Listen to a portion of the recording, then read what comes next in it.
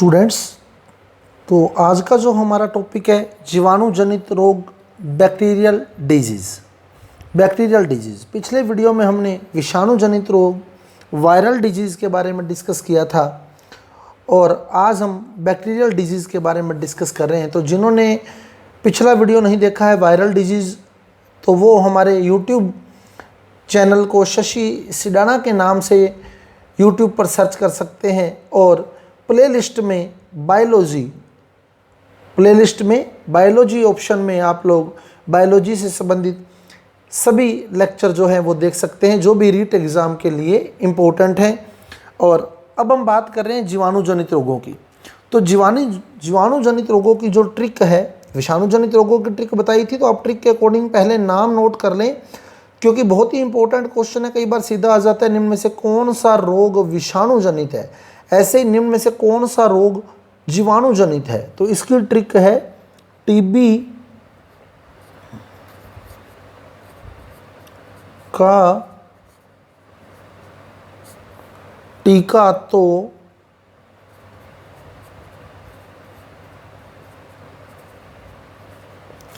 कष्टदायी है। तो ये ट्रिक है जीवाणु जनित रोगों की, टीबी का टीका तो कष्टदायी है। तो पहला रोग आया टीबी यानी तपेदिक क्षय रोग। तो पहला रोग है टीबी यानी तपेदिक या क्षय रोग। दूसरा रोग आता है टिटनस। टीका से बन गया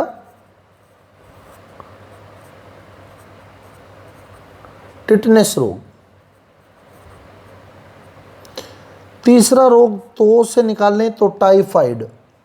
तीसरा रोग आ गया टाइफाइड।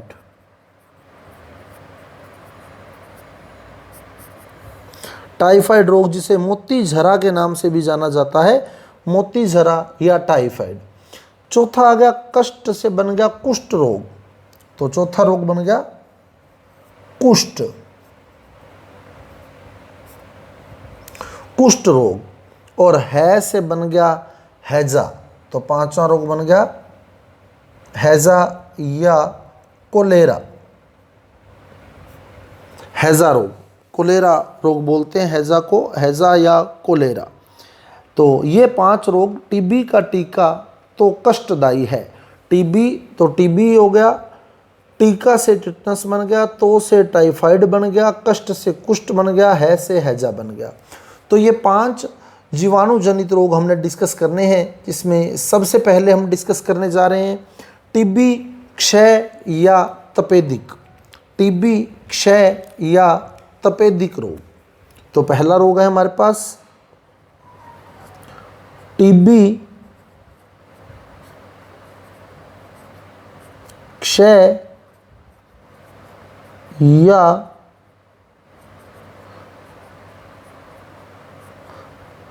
तपेदिक रोग। टीबी क्षय या तपेदिक रोग। टीबी रोग जो है उसका जो जीवाणु है वो है माइकोबैक्टीरियम ट्यूबरकुलोसिस। टीबी से ट्यूबरकुलोसिस। तो इसका जो जीवाणु है वो है माइकोबैक्टीरियम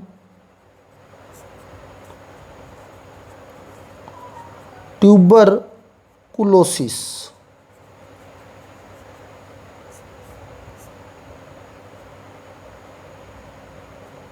माइकोबैक्टीरियम ट्यूबरकुलोसिस। तो इससे ये जो बैक्टीरिया है माइकोबैक्टीरियम ट्यूबरकुलोसिस, इससे जो विषैला पदार्थ स्रावित होता है वो होता है ट्यूबरकुलीन। इससे जो निकलने वाला विषैला पदार्थ है वो है ट्यूबरकुलीन। ये जो विषैला पदार्थ है यही इस रोग का कारण है। तो टीबी रोग का कारण जो है माइकोबैक्टीरियम ट्यूबरकुलोसिस जीवाणु, जिससे निकलने वाला विषैला पदार्थ ट्यूबरकुलीन जो है वो व्यक्ति में रोग उत्पन्न करता है। अब रोग जो है वो प्रसारित कैसे होता है? जो रोगी व्यक्ति है उसके थूक से, खांसी से या छींक आने से जो ड्रॉपलेट्स निकलती हैं, थूक से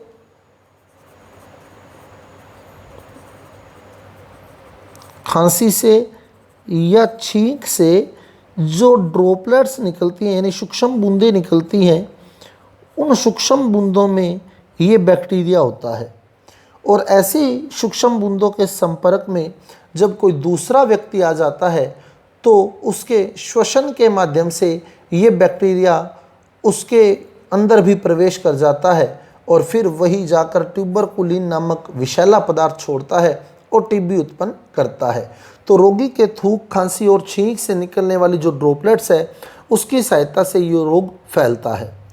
अब टीबी रोग में होता क्या है? टीबी रोग में एक विशेष प्रकार का बुखार जो है वो टीबी रोग में व्यक्ति को आता है। उस बुखार की खासियत होती है कि वो दोपहर में तो बिल्कुल मंद होता है। दोपहर में ये बुखार जो होता है बहुत ही कम यानी मंद होता है, परंतु रात्रि में बहुत ज़्यादा पसीना आता है। दोपहर में ये बुखार मंद हो जाता है लेकिन रात्रि में बहुत ज़्यादा पसीना आता है। अधिक पसीना आएगा कब? रात्रि में। इसके अलावा व्यक्ति की बलगम के साथ खून निकलता है। लगातार खांसी रहती है और बलगम के साथ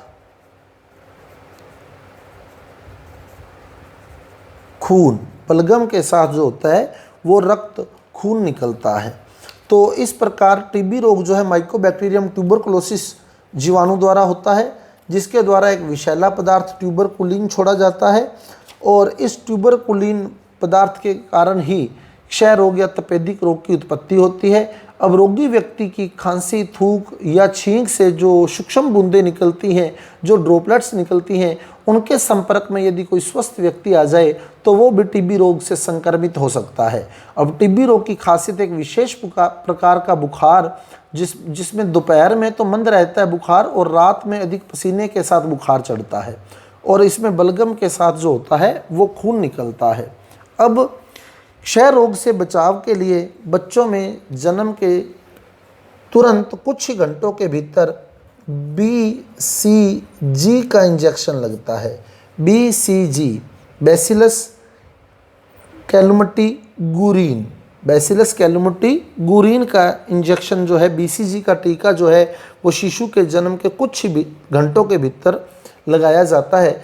इसके अलावा बचाव का एक बेहतर तरीका ये है कि रोगी स्वयं की थूक, खांसी और बलगम, रोगी स्वयं ही अपनी थूक को, खांसी को, बलगम को एक पात्र में एकत्रित करे, पात्र में डाले और उसके बाद उसको गड्ढे में डालकर निस्तारित कर दे, तभी इसके संक्रमण से बचा जा सकता है।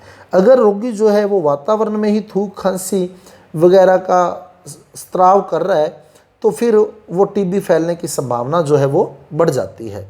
और वर्तमान में जो सरकार इसके उपचार के लिए पद्धति चला रही है वो है डोट्स पद्धति। ये भी इम्पोर्टेंट क्वेश्चन है कि डोट्स पद्धति किस रोग के बचाव के लिए महत्वपूर्ण है, तो वो टीबी रोग, क्षय रोग या तपेदिक रोग के लिए। डोट्स का full form direct observed therapy short term, direct observed therapy short term, ये डोट्स की फुल फॉर्म है, DOTS, direct observed therapy short term. तो ये है हमारे पास क्षय रोग का विवरण। दूसरा रोग आता है टिटनस। सेकंड जो डिजीज़ हमारे पास आती है वो आती है टिटनस। टिटनस का जो बैक्टीरिया है वो क्लोस्ट्रीडियम टिटेनी। तो सेकंड डिजीज़ जो है वो आती है हमारे पास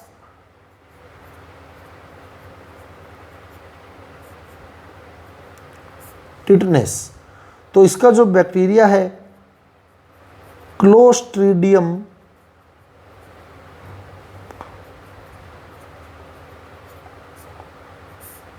टिटेनी। क्लोस्ट्रीडियम टिटेनी नामक बैक्टीरिया जब व्यक्ति के शरीर में प्रवेश कर जाता है तो वो टिटनस रोग के लिए घातक होता है, टिटनस रोग की उत्पत्ति करता है। अब ये बैक्टीरिया कहाँ पाया जाता है? ये बैक्टीरिया पाया जाता है उपजाऊ मिट्टी में, इसके अलावा गोबर में,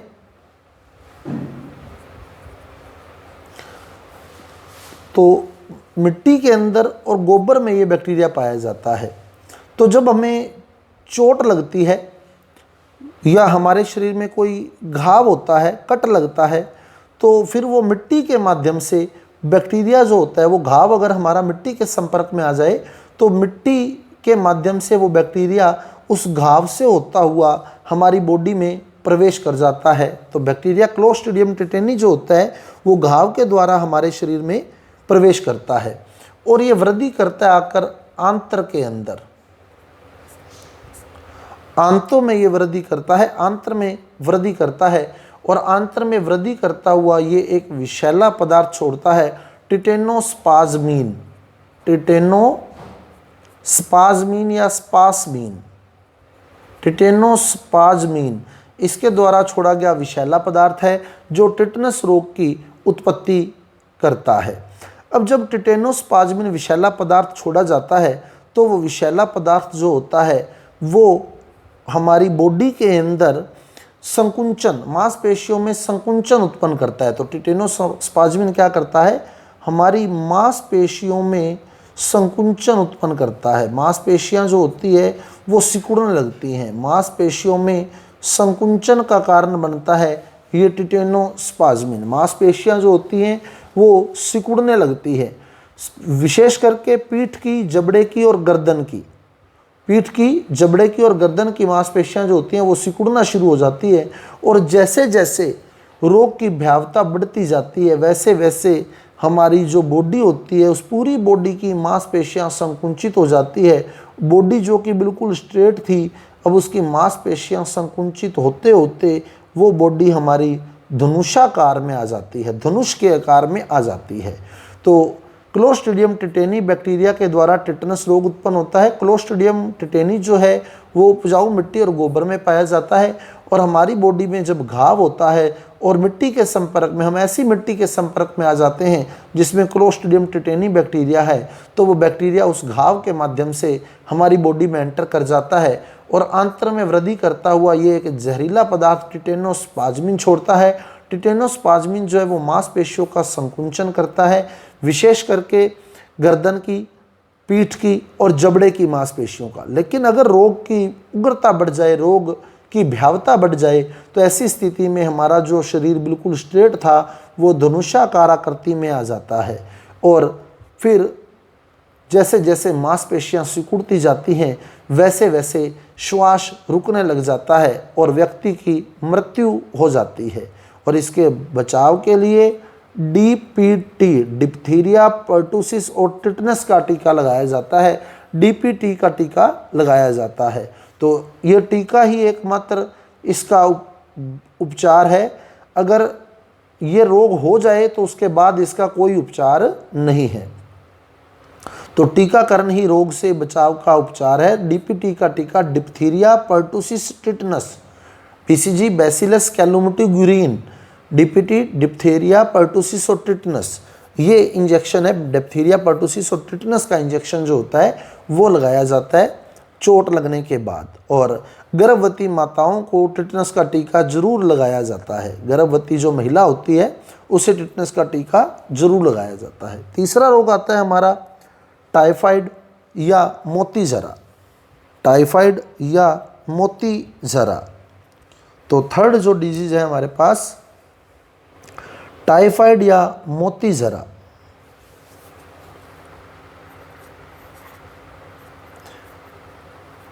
टाइफाइड या मोती जरा रोग के नाम से इसे जाना जाता है और भारत का सर्वव्यापी संक्रामक रोग है, सभी जगह पर पाया जाता है। सर्वव्यापी संक्रामक रोग, इंडिया में सर्वव्यापी संक्रामक रोग है टाइफाइड। और इसका जो मुख्य कारण है वो संदूषित जल और भोजन का सेवन, संदूषित जल व भोजन का सेवन। संदूषित जल और भोजन में बैक्टीरिया पाया जाता है साल्मोनेला टाइफी, जो इस रोग का कारक है। साल्मोनेला टाइफी, साल्मोनेला टाइफी जो इस रोग का कारण है, ये बैक्टीरिया। और मक्खियाँ जो होती हैं वो इस रोग की वाहक हैं। घरेलू मक्खी, रोग वाहक, जो रोग फैलाने वाली मक्खी है वो है घरेलू मक्खी। घरेलू मक्खी जो होती है वो इस रोग की वाहक है। इस रोग की वाहक घरेलू मक्खी है, क्योंकि जब व्यक्ति, टाइफाइड से संक्रमित व्यक्ति जब मल मूत्र का उत्सर्जन करता है तो वो घरेलू मक्खी उस मल मूत्र पर आकर बैठती है और उसके बाद वो हमारी जो खाने की वस्तुएं हैं या जो बर्तन वगैरह हैं या बॉडी पर ही वो मक्खी जो है हमारी आ जाती है। और साल्मोनेला टाइफी बैक्टीरिया जो रोगी के मल मूत्र में उपस्थित था वो हमारी बॉडी पर आ जाता है घरेलू मक्खी के माध्यम से, और रोग जो है वो आगे फैलता है। तो घरेलू मक्खी इस रोग की वाहक है। तो भारत का सर्वव्यापी रोग है जिसका मुख्य कारण संदूषित जल व भोजन का सेवन है। साल्मोनेला टाइफी रोग कारक बैक्टीरिया है इसका, और रोग की वाहक जो है, ये बहुत ही इंपॉर्टेंट क्वेश्चन है, टाइफाइड रोग की वाहक। टाइफाइड रोग की वाहक जो है वो घरेलू मक्खी है। और इसमें जो होता है, व्यक्ति को बुखार चढ़ता है और पेट पर लाल दाने उभरने लगते हैं। तो बुखार के साथ पेट पर लाल दाने उभरना टाइफाइड रोग की विशेषता है, और इसका रोकथाम जो है वो साफ सफाई से ही किया जा सकता है। जो रोगी व्यक्ति है उसके मल मूत्र का विसर्जन जो होता है होना चाहिए, वो उचित व्यवस्था होनी चाहिए उसकी, और सफाई का विशेष ध्यान रखना चाहिए। तो वैक्सीन भी इसके लिए है, वैक्सीनेशन भी किया जाता है, लेकिन जो मेन है वो साफ सफाई और मल मूत्र विसर्जन की उचित व्यवस्था करके इस रोग का संक्रमण जो है वो रोका जा सकता है। उसके बाद नेक्स्ट डिजीज आती है हमारे पास कुष्ठ रोग। तो अगला रोग हमारे पास आता है कुष्ठ रोग। कुष्ठ रोग का जो बैक्टीरिया है, तो चौथी डिजीज हमारे पास आई कुष्ठ रोग। बैक्टीरियल डिजीज जो है वो कुष्ठ रोग। कुष्ठ रोग, इसका जो बैक्टीरिया है वो है माइकोबैक्टीरियम लेप्री। Mycobacterium leprae.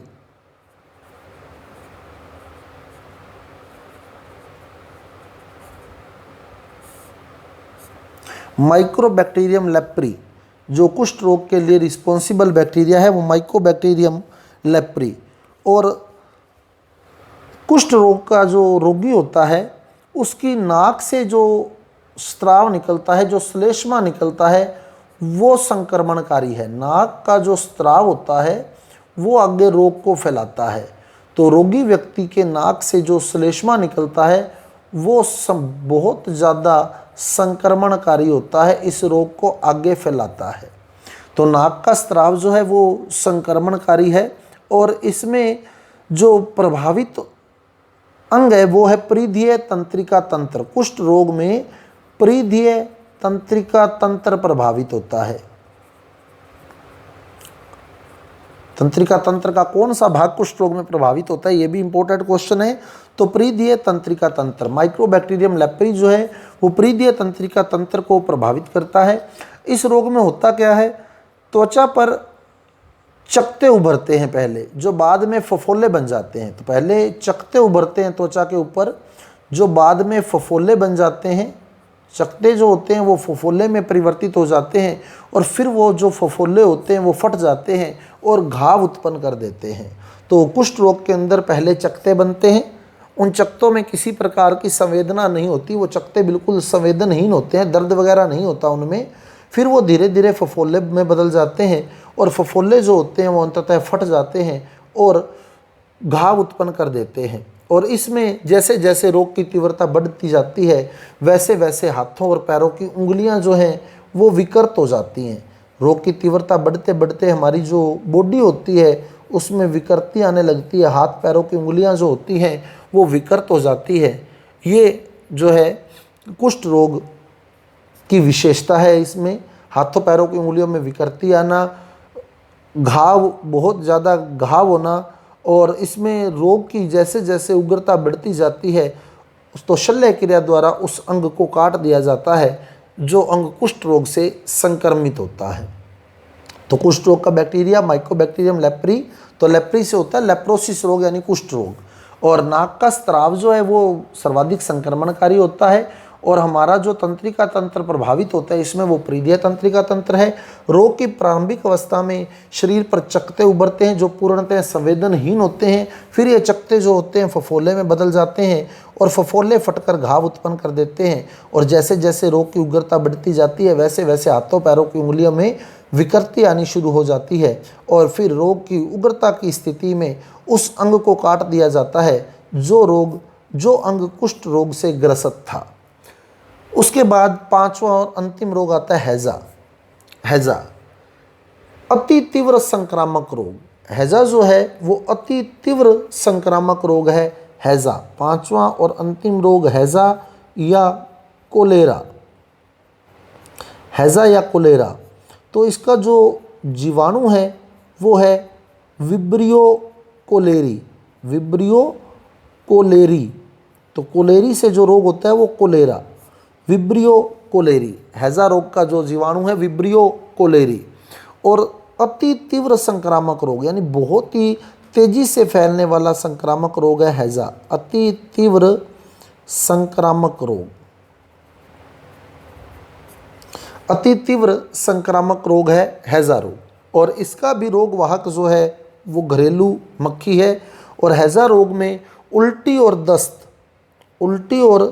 दस्त जो होते हैं उनसे ग्रसित हो जाता है व्यक्ति, जिससे हमारे शरीर में पानी की कमी आ जाती है। निर्जलीकरण हैजा रोग की विशेषता है, व्यक्ति के शरीर का निर्जलीकरण। उल्टी और दस्त के माध्यम से पानी की कमी आ जाती है अर्थात निर्जलीकरण हो जाता है, जिससे हमें शारीरिक दुर्बलता का अनुभव होता है। पानी की कमी आने से शारीरिक दुर्बलता यानी शारीरिक कमजोरी आने लगती है। और इसमें जो है ORS का घोल जो होता है वो रोगी को दिया जाता है टाइम टू टाइम, ताकि वो पानी की कमी जो उसमें आई है उसकी पूर्ति हो सके। ORS का घोल जो होता है वो दिया जाता है, जीवन रक्षक घोल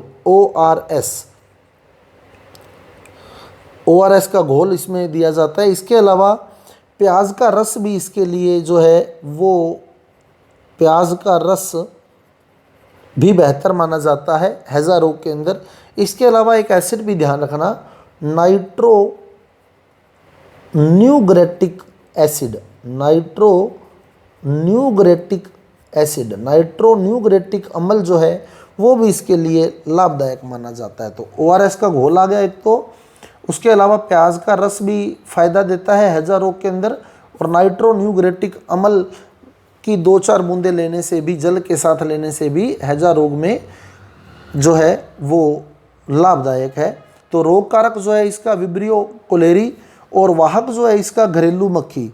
तो 2 रोग आगे जिनका वाहक घरेलू मक्खी है, एक तो टाइफाइड और एक हैजा। घरेलू मक्खी इस रोग का वाहक है और अति तीव्र संक्रामक रोग है। ये बहुत जल्दी फैलने वाला संक्रामक रोग है। उल्टी और दस्त से ग्रसित होता है व्यक्ति इसमें, जिससे उसकी बॉडी में पानी की कमी हो जाती है और उसे शारीरिक कमजोरी का आभास होने लगता है। ऐसी स्थिति में उसे ORS का घोल दिया जाता है। प्याज का रस भी इसमें फ़ायदेमंद है और नाइट्रोन्यूग्रेटिक अम्ल की 2-4 बूंदे भी पानी के साथ लेने से रोगी को फ़ायदा होता है। तो ये हमारे थे जीवाणु जनित रोग, जिसमें मेन आपने जीवाणु याद रखने, एक तो नाम याद करने हैं सबसे पहले। तो आपने ये आपको पता होना चाहिए कौन सा रोग विषाणु जनित है, कौन सा रोग जीवाणु जनित है। तो फिर क्वेश्चन कई बार सिंपल आ जाता है और हमें अटेम्प्ट करने में मुश्किल होती है, क्योंकि हम लोगों के रोग जो हैं वो ज़्यादातर मिक्स हो जाते हैं। तो ट्रिक आप ध्यान रखना, विषाणु की ट्रिक बताई थी मैंने आपको, पीला लंगड़ा मुर्गा पानी को देखकर खांसता है। फिर जीवाणु के आगे टीबी का टीका तो कष्टदायी है, टीबी का टीका तो कष्टदायी है। तो टीबी आ गई, टीका से टिटनस बन गया, तो से टाइफाइड बन गया, कष्ट से कुष्ठ बन गया और है से हैजा बन गया।